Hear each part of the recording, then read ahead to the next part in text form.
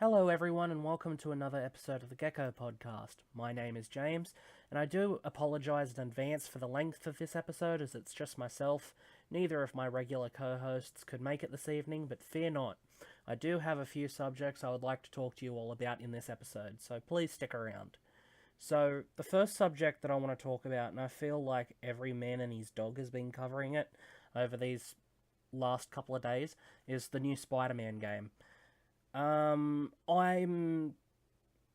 never really played that many superhero games. I wasn't the sort of person as a kid to play superhero games. I usually played more shooters and Spyro in particular, Spyro and Ratchet and Clank. So not being like I only really started getting into Marvel when the Iron Man movies came out, and then I made sure like not to skip a movie after that. To this day, I think I've only skipped like three movies out of all of the ones that have come out.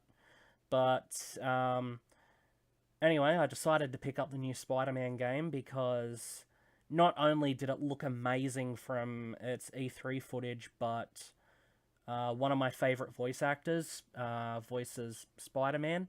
For those that don't know, the voice actor that plays Spider Man in this game is Yuri Lowenthal. He voices Sasuke in Naruto and Naruto Shippuden, as well as a bunch of other characters in anime and video games. So, for that reason and for those reasons and a few others, I had to pick the game up. And I gotta say, I'm in love with it. Like, it is such a great game.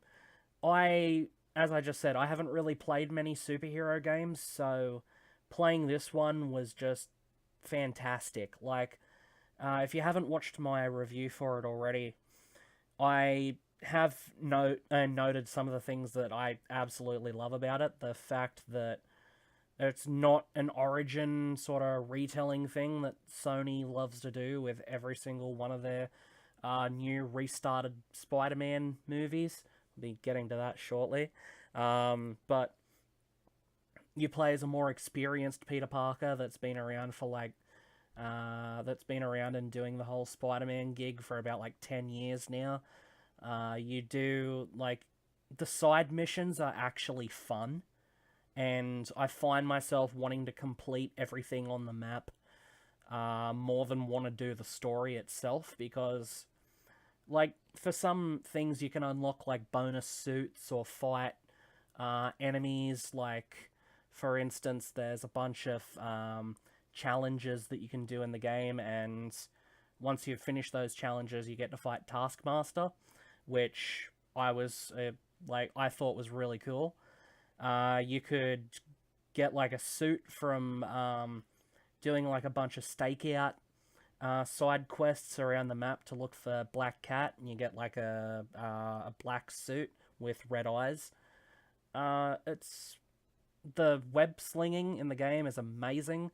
Like, it's just for a very big feature, it feels really fluid, and the whole fighting mechanic just feels really great. Like, as I said, um, I never played the Arkham games, so this is really my first sort of introduction to the Arkham fighting style, and I loved it. I love it. It's awesome. They did make a new bad guy just for this game, called Mister Negative. I gotta say, they could have done better with the villain name. Like, Mister Negative. That sounds like something you'd call someone that's constantly depressed. Anyway, great game. Absolutely love it. My second subject that I want to talk about is so Sony is Sony has a new Spider-Man Universe movie coming out in October called Venom. Very big fan of Venom myself, and I'm very much looking forward to the movie. They've got Tom Hardy playing Eddie Brock, and unfortunately, it isn't Flash Thompson, but it still looks amazing. Um, But Sony recently have had this whole idea that they want to start up a Spider-Man villains movie universe without Spider-Man, which kind of doesn't make that much sense because if you're going to have a bunch of movies about Spider-Man villains, why isn't Spider-Man going to be in there? Now, I do also understand that Marvel is owned by Disney and Spider-Man, therefore, is owned by Marvel.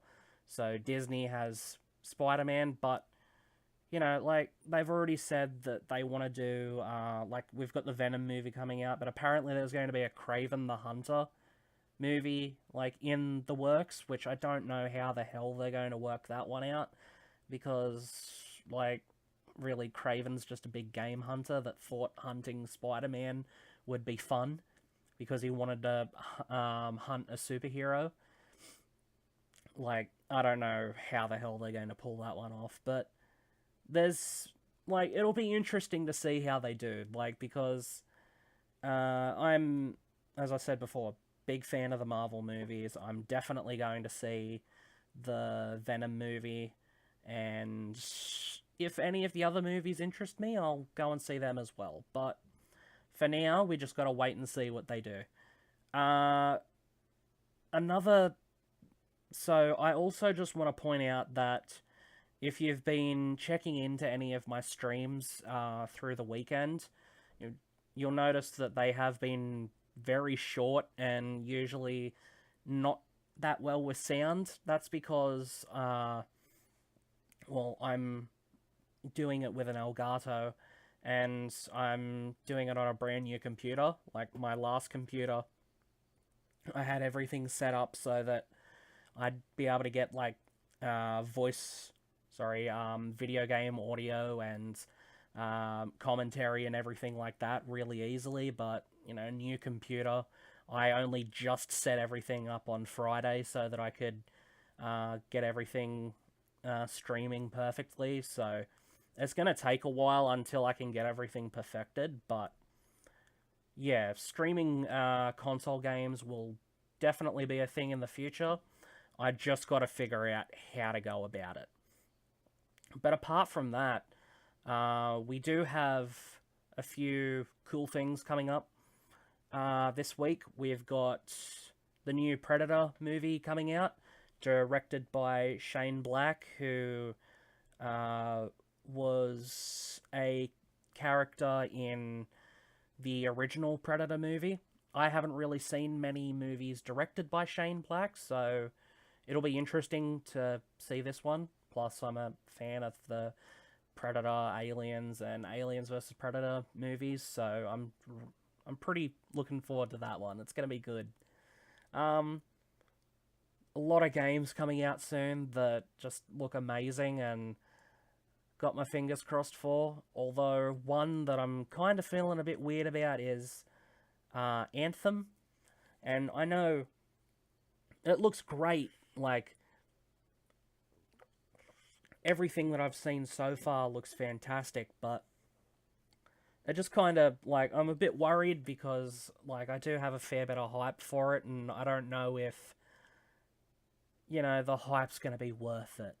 There has been a lot of games like that where the hype for the game has just been huge, like, monumental, and then the game comes out and it just doesn't live up to expectations. One game, for example, would be No Man's Sky, which is, and I think I've mentioned it on the podcast before, had one of the best, like, redemption arcs ever.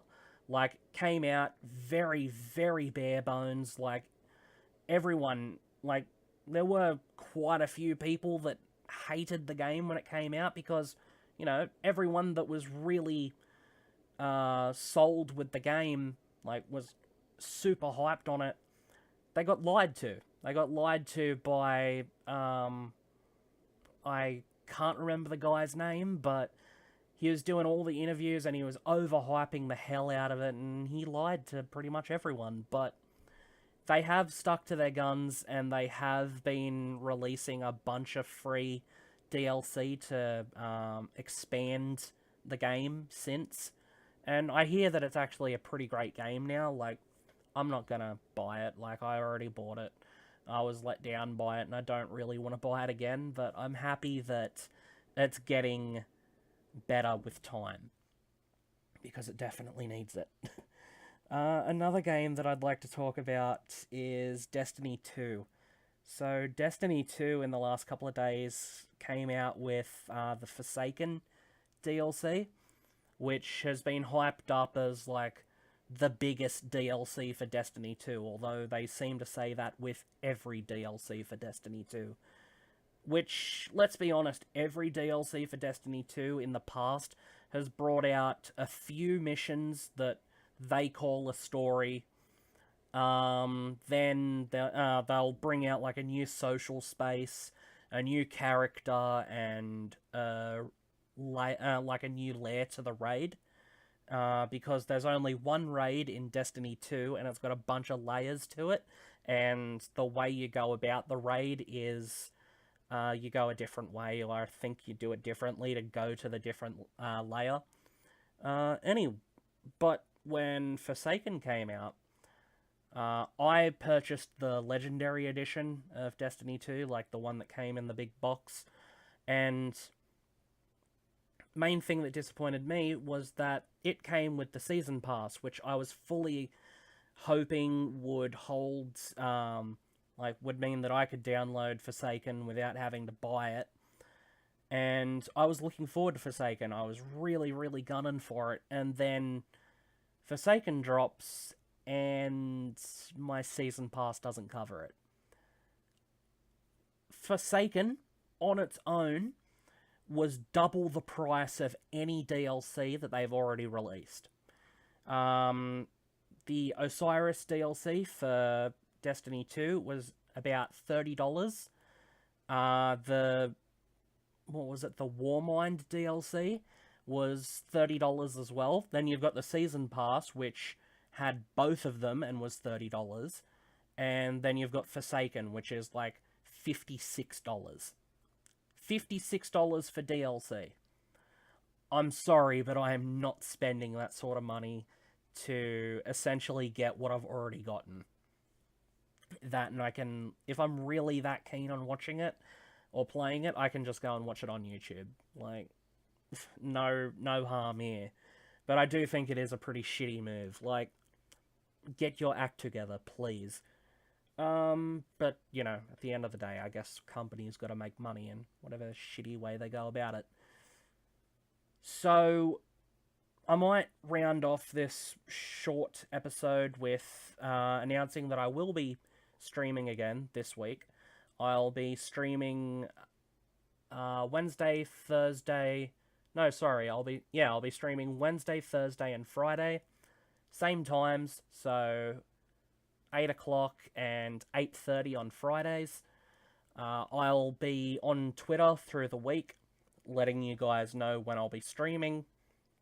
And if I have any announcements to make, I'll make them over there.